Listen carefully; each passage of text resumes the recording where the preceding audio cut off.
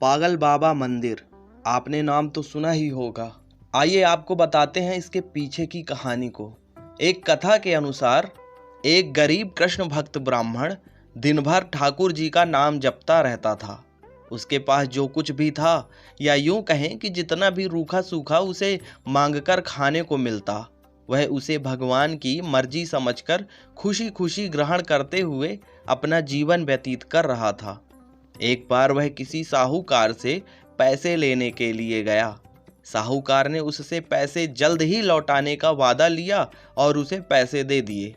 ब्राह्मण हर महीने नियम से किस्त का हिसाब करके साहूकार के पैसे लौटाने जाता था। आखिरी किस्त के थोड़े दिन पहले ही साहूकार ने वसूली का एक पत्र उसके घर भिजवा दिया। यह देखकर ब्राह्मण परेशान हुआ और साहूकार से विनती करने लगा, लेकिन वह नहीं माना। मामला अदालत में पहुंचा। ब्राह्मण ने जज लीलानंद ठाकुर से अनुरोध करते हुए कहा कि एक किस्त के अलावा उसने साहूकार का सारा कर्ज अदा कर दिया है। यह साहूकार झूठ बोल रहा है। यह सुनकर साहूकार ने क्रोधित होकर दलील दी कि उसने कोई गलत व्यवहार नहीं किया है।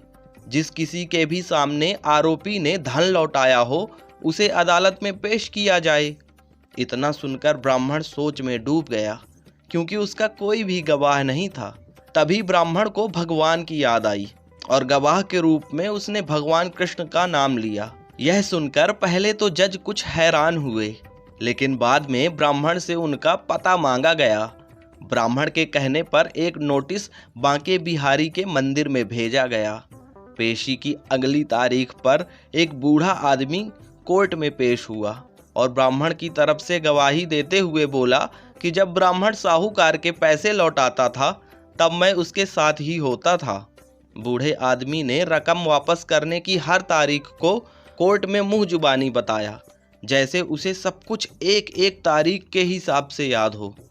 साहूकार के खाते में भी बूढ़े आदमी द्वारा बताई गई रकम की तारीख भी सही निकली। साहूकार ने राशि तो दर्ज की थी, लेकिन नाम फर्जी लिखे थे।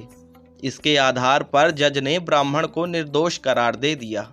लेकिन जज अब तक हैरान थे कि इतना बूढ़ा आदमी इतनी तारीखें कैसे याद कर सकता है। जज ने उसके बारे में उस ब्राह्मण से पूछा कि यह बूढ़ा आदमी कौन है, तो ब्राह्मण ने उत्तर दिया कि वह सब जगह रहता है। लोग उन्हें श्याम, कान्हा, कृष्ण आदि नामों से जानते हैं। इसके बाद जज ने फिर से उससे पूछा कि वह बूढ़ा आदमी कौन था।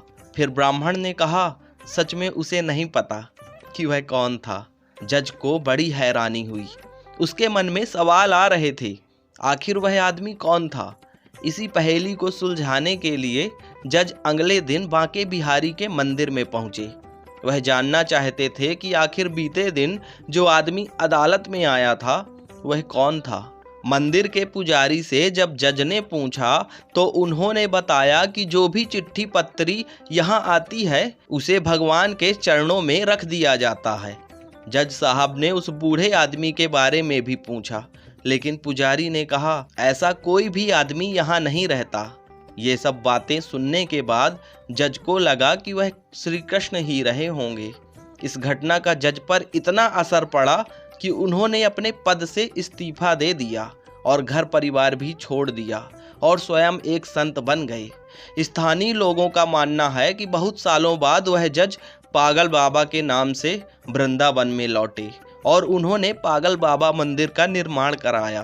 तब से यह मंदिर पागल बाबा मंदिर के नाम से जाना जाता है। इसके बारे में एक और मान्यता है कि जब जज को पता लगा कि उनके सामने साक्षात श्री कृष्ण ही कोर्ट में पेश हुए थे, तब से वह श्री कृष्ण को ढूंढने के लिए इतने अधीर हो गए कि अपनी सुध-बुध खो बैठे थे। इस घटना ने उन्हें पागल सा कर दिया था। इसके बाद वह जिस किसी भंडारे में जाते थे, वहां से पत्तलों की जूठन उठाते थे और उसमें से आधा जूठन ठाकुर जी को अर्पित करते थे और आधा खुद खाते थे।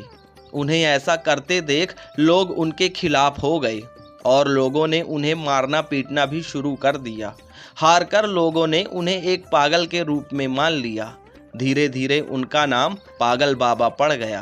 तो पागल बाबा के बारे में कुछ इस प्रकार की कहानी थी। तो दोस्तों, आपको ये कहानी कैसी लगी है हम देख रहे हैं कि आप हमारे चैनल को सब्सक्राइब नहीं करते हैं, तो आप हमारे चैनल में नीचे सब्सक्राइब बटन को दबाकर प्लीज़ आप हमारे चैनल को सब्सक्राइब कर लीजिएगा, जिससे कि ऐसी ही कहानियाँ आपसे मिस ना हो। जय श्री राम।